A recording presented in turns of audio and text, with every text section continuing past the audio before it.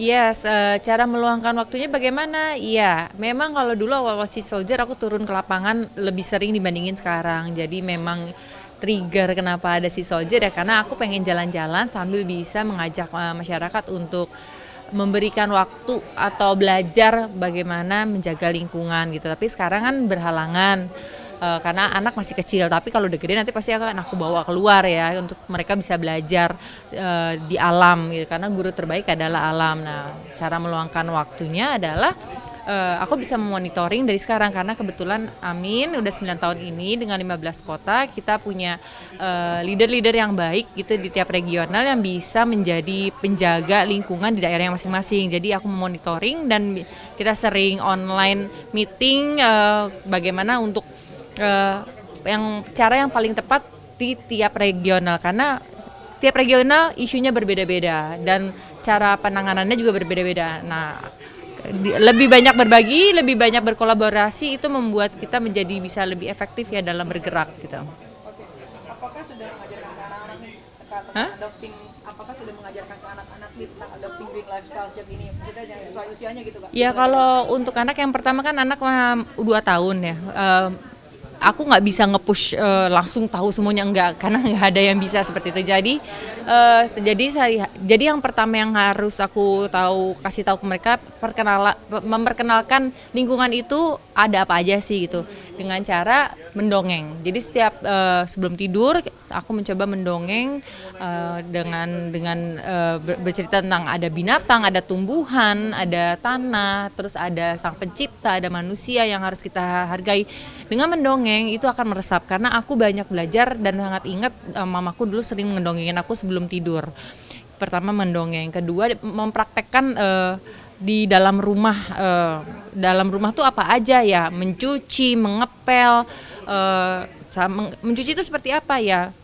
Jadi setelah selesai makan taruh di wastafel untuk dicuci pertama. Kedua setelah makan yang manis-manis boleh, tidak ada masalah, tapi dibatasin aja untuk anak-anak karena kita bisa kasih tahu bahwa gigi bisa lubang kalau seandainya makan terlalu banyak coklat dan tidak gosok gigi. Jadi pada saat gosok gigi aku mencoba mengajarkan tidak membiasakan air mengalir pada saat lagi gosok. Matikan dulu aja sebentar, kemudian dinyalain lagi gitu.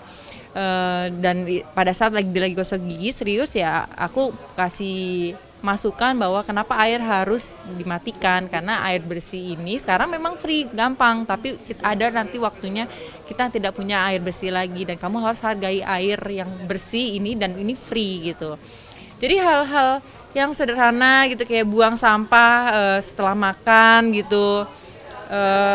Kita kasih tahu dia harus buang pada tempatnya, kebersihan. Jadi dia kalau ngelihat ada sampah di rumah salah tempat dia akan ambil dan dia akan balikin gitu. Juga dengan menata sepatu, dia menata sepatu dengan benar gitu sesuai ini ibu, ini maksudnya ini anakku, ini ibu dibaba sesuai ukurannya yang berbeda-beda gitu. Jadi kayak kebersihan dia cukup concern juga kalau bersih itu harus karena untuk sehat dia taunya itu. Bener nggak sih kak hal kayak gitu tuh memang harus dimulai sejak dini walaupun tadi kayak cuma menstimulasi. Ya menurut aku sih sejak dini ya, jadi dia tidak, maksudnya di bawah alam sadar bahwa itu menjadi kebiasaan dan tidak merasa tertekan kalau harus melakukan sebuah perubahan untuk menjaga lingkungan gitu. Karena kalau udah besar gitu masuk sekolah, dia akan ketemu dengan lingkungan baru dan akan dapat masukan yang berbeda lagi. Jadi kita bikin pondasi yang kuat pada dirinya masing-masing. Maksudnya kita sebagai ibu juga harus bisa sadar penuh kalau anak-anak perlu dibimbing, dijaga, tapi bukan dipaksa gitu. Karena yang nggak ada yang senang dipaksa. Aku pun juga nggak ada yang suka dipaksa. Tapi kita harus ngeliat sendiri, ngerasain ya sama seperti anak. Kalau menurut aku itu ya gitu. Kalau cara buat ngebangun habitnya itu gimana kan kata orang tuh butuh 66 hari biar orang terbiasa. Cara ngebuat habit anak itu seperti yang kita inginkan gitu ya, ya kita sebagai ibu dan bapaknya gitu ya, orang tuanya kita harus jadi contoh. Dia akan ngikutin kok gitu. Nggak usah yang berhubungan dengan lingkungan deh. Cara aku ngegendong adenya aja dia ngepraktekin nggak gendong bonekanya gitu. Itu kan hal yang sederhana ternyata dia meniru gitu. Terus cara aku pakai sepatu, cara aku pakai tas itu ditiru semuanya. Kebetulan anakku perempuan, jadi ya kalau kita ingin anak kita seperti yang kita mau gitu ya, menjaga lingkungan atau menghargai orang, ya kita harus bisa memberikan contoh itu. Kakak sebagai woman entrepreneur itu kan bisa dibilang suatu hal yang baru gitu, inovasi dalam bidangnya juga. Ada nggak sih tantangan kesulitan sebagai woman entrepreneur pas waktu baru mulai 9 tahun yang lalu? Waktu 9 tahun yang lalu ya, untuk penggerak lingkungan, apalagi perempuan, yes, tantangannya luar biasa, penolakannya tinggi, apalagi kalau kita ingin merampok sampahnya, itu awal-awal tidak mau, tapi saat kita bilang ini ditukar, ini free, dapat tas yang dari kain bisa dipakai ulang, oke, baru mau. Jadi memang harus diberikan penjelasan kepada setiap orang bahwa ini hal yang baik, dan kita melakukan ini serempak untuk diri kita masing-masing. Jadi memang kita harus sedikit